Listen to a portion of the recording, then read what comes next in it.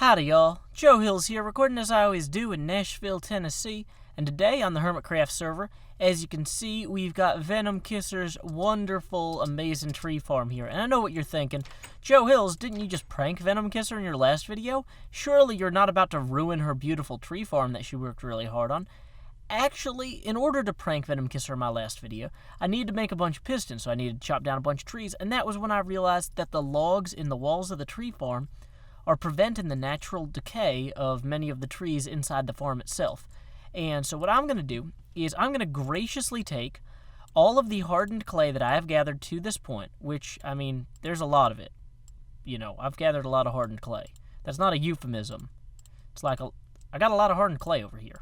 And I'm going to use it to take these magical cocoa beans and create dark brown clay replacements for the terrible logs that are stopping the decay of the leaves.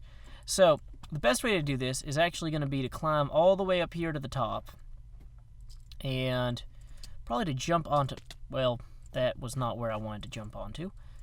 Let's actually, well, these, I'm pretty sure these don't belong anyway. These are not part of the structure as it is. So we are going to use this to hop up to the top here and take out this part of the structure. Oh, somebody must have been using those to fix this, which apparently has not been done. Well, whatever. So I'm just going to run through here with my axe masterfully and beautifully, just slicing and stroking and attacking and slashing and hammering. I guess you don't really hammer away at a tree, you axe away at it. So I'm going to axe away until all the logs are indeed gone. Then, how many logs did I get out of that? Just out of curiosity. 22.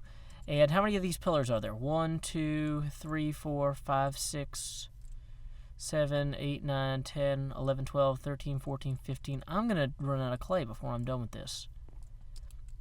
That might be a problem. I'm not, yeah, that's going to be an issue. But anyway, we can at least improve some of the building and come back and fix the rest later. So we just come up here, and of course, these are not the right kind of wood to actually fix that, so we will just leave that glaring hole ever there for later, and continue along to right here, where we will climb again, and indeed slice again. Time skip. Okay, so for a quick compare and contrast, as you can see, these are not quite so dark as that, but I think it still generally sells the tree message of the building without actually preventing the functionality of the building itself from shining through. So I'm going to hop back in and bash away at these some more. Time skip. Okay, dang it, I just realized that this one here, she actually hadn't placed the logs properly in the first place, so these clay blocks are going to all have to be shifted over one and replaced with these wood blocks in order to mirror this side of the building. So there's actually a lot more work here to be done than I kind of realized up front, and I'm going to have to pay more attention to how I actually get stuff done. But in the meantime, let's go ahead and just work on the easy side that's already symmetrical and proper. So, continuing to time skip. Now that we got that tree farm looking presentable, one other thing I wanted to do in this video was to come over here and fix a different problem. Ooh, this is new. Well, we'll explore that in a bit. This is Red Eyes' house, and like all things Red Eyes constructs, it is both beautiful and deadly. And the reason it is deadly is because mobs keep spawning up on top of here, like creepers, and then they run into town, and they make trouble for everybody. So I'm just going to go ahead and I got permission from Red Eyes to put some torches up on top of here until he can get a more formal lighting solution in place. Which, you know, being Red Eyes, his will be beautiful and gorgeous and splendiferous and glamorous. But for right now, this should keep the things that are dead from spawning and making us dead as well. So that's the end of us deadheads. Oh, hey, that's really, I'm liking these extra rings. For some reason, one of those chunks in the middle didn't load over there. There we are. Yeah, I'm pretty happy with how that garden's coming along, too.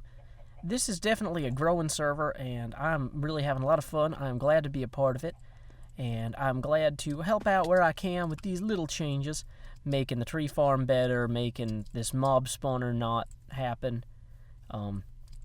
He claims this is his mob spawning roof, but like I don't think it was actually intentional. So anyway, I got permission. It's fixed now. I also got permission from Venom before I built that. So, you know, it's good. It's good if you're going to make changes to try and talk to people about them first, just so that everybody's on the same page. But anyway, I'm going to have to figure out more stuff around the server to fix or create if I want to keep busy. But I'm pretty happy with what I got so far. And so anyway, until next time, y'all, this is Joe Hills from Nashville, Tennessee. Keep adventuring.